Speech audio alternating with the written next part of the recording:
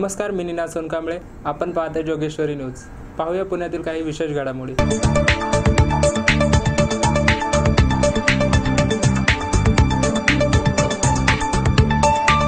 Timepass 2 हा मराठी चित्रपट येत्या 1 मे रोजी महाराष्ट्रात सर्वत्र प्रदर्शित होत आहे. गेल्या वर्षी प्रदर्शित झालेल्या टाइमपास या चित्रपटाचा हा दुसरा भाग आहे. या चित्रपटात दगडूची भूमिका साकारतोय प्रियदर्शन जाधव आणि प्राजक्ताची भूमिका साकारते प्रिया बापट. या चित्रपटाचे दिग्दर्शन रवी जाधव यांनी केले आहे. आपण आहे दगडू शांताराम परब. अपना दरिया रे सारे आओ जाओ, पेपर में ऊपर है मेरा नाव गाओ. अरे झालोय ना आपण शेटल, भेटलाय ना आपल्याला सगळ्या. एक गोष्ट राहिली, प्राजक्ता लेले.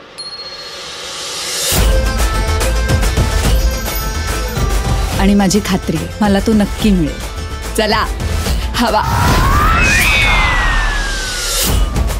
फुलवा चाहिए, गेंदवा का है. अरे झंडू होता है, झंडू.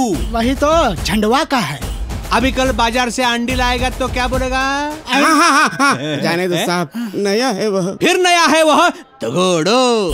अरे टकल्या, आपल्याला गरजच नाही तिची. आणि तिला गरज असेल तर कोण आहे? मी.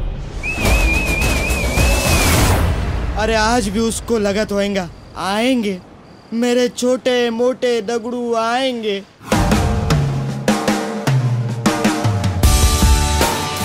पापण्या ओलावल्या, शब्द भांबावले, मनातल्या मनात सारे क्षण हिंदकळले आणि मी पुन्हा इथवर आले तुझ्या ओढीने. तू काय मराठी बोलते अजून आपल्याला कळत नाही. फक्त 1137 पाहिजे. काय पाहिजे? 113-7.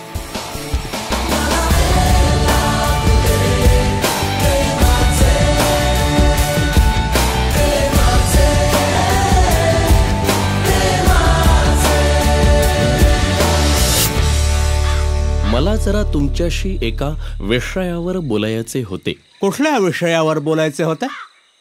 आयटम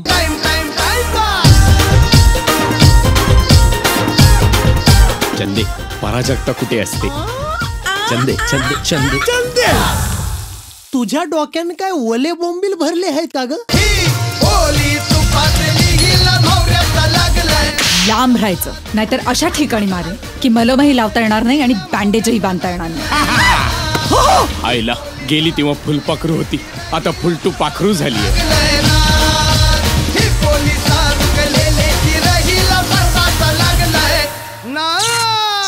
आपला कॉपीराइट विचारला काय? बोल. आई बाबांनी साई बाबाची शपथ, आता बाकी सगळा बाजू, आता आपण आणि आपली पराजू.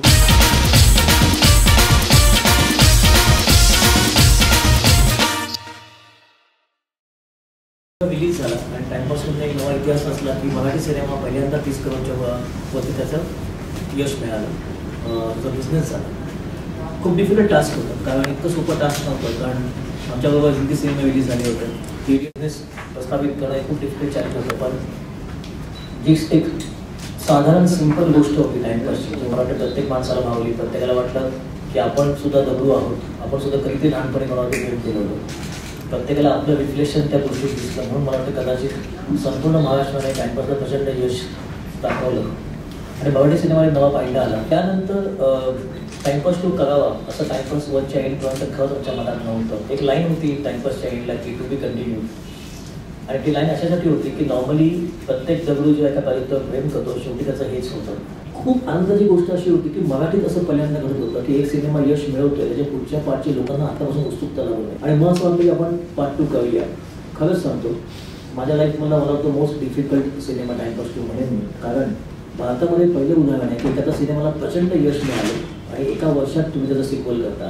कारण एका वर्षाआधीच या सिनेमाचे जे कार्य पात्र आहेत दगडू प्राजक्ता, ते लोकांच्या मनामनात नाही तर घराघरात बसली होती आणि एका वर्षात ती पात्र बदलून नवी पात्र आणणं, एक नवी गोष्ट सादर करणं, त्या सगळ्याचा धागा तोच ठेवणं, मूळ गोष्टीला कुठे हात न लावता नव्या पद्धतीने त्याची मांडणी करणं, हे खूप डिफिकल्ट चॅलेंज होतं. आणि अजिबात कोणतीही गोष्ट इझिली न घेता की टाइमपास 1ला यश मिळालं म्हणून टाइमपास 2ला मिळेलच असं अजिबात गृहीत न धरता एक पहिला सिनेमा करावा किंवा एक नवा सिनेमा करावा ह्या पद्धतीने या सिनेमाचं आम्ही काम चालू केलं. हे मध्ये एका ठिकाणी असं म्हटलं होतं की टाइमपास नाव जरी सिनेमा टाइमपास जरी असलं हा सिनेमा माझ्यासाठी खूप डिफिकल्ट होता करायला, कारण एका वर्षात सिक्वेल करणं. त्यानंतर त्याची गोष्ट लिहायला सुरुवात झाली.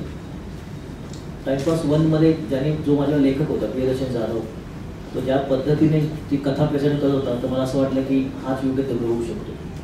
पण मी म्हटलं होतं की देवाच्या देणे टाइमपास 1 जर चालला आणि आपल्याला संधी मिळाली टाइम गोष्टी करायची, तर तू दगडू तूच असशील. मग माझ्यात तसं कास्टिंग झालं. अजूनही लोकांच्या मनात बऱ्याच शंका आहेत की सिनेमात नक्की काय होणार, छोटे दगडू आहेत का, छोटे प्रोजेक्ट आहेत का.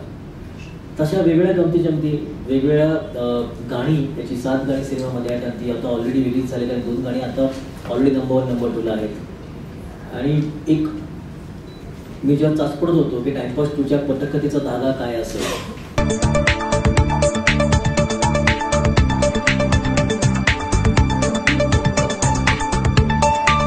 आजच्या बातमीपत्रात इथेच थांबूया. पुन्हा भेटूया काही नवीन घडामोडींसह.